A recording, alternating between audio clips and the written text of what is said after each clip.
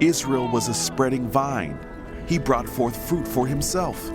As his fruit increased, he built more altars. As his land prospered, he adorned his sacred stones. Their heart is deceitful, and now they must bear their guilt. The Lord will demolish their altars and destroy their sacred stones. Then they will say, "We have no king because we did not revere the Lord. But even if we had a king, what could he do for us?" They make many promises, take false oaths, and make agreements. Therefore lawsuits spring up like poisonous weeds in a plowed field. The people who live in Samaria fear for the calf idol of Bethaven. Its people will mourn over it, and so will its idolatrous priests, those who had rejoiced over its splendor, because it is taken from them into exile.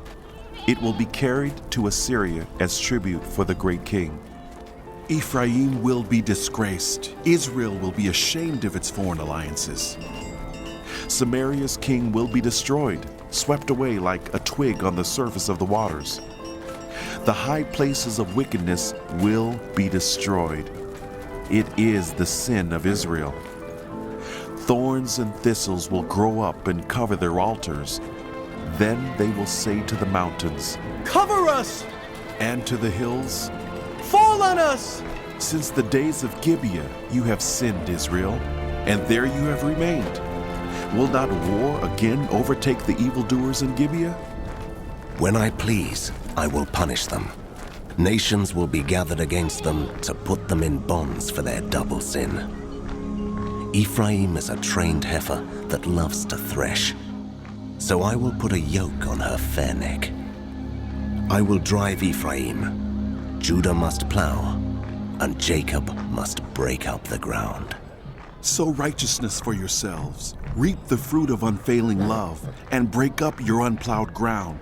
For it is time to seek the Lord, until he comes and showers his righteousness on you. But you have planted wickedness, you have reaped evil, you have eaten the fruit of deception.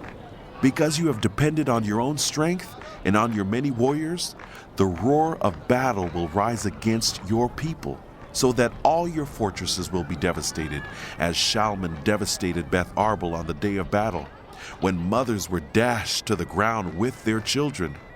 So will it happen to you, Bethel, because your wickedness is great. When that day dawns, the king of Israel will be completely destroyed.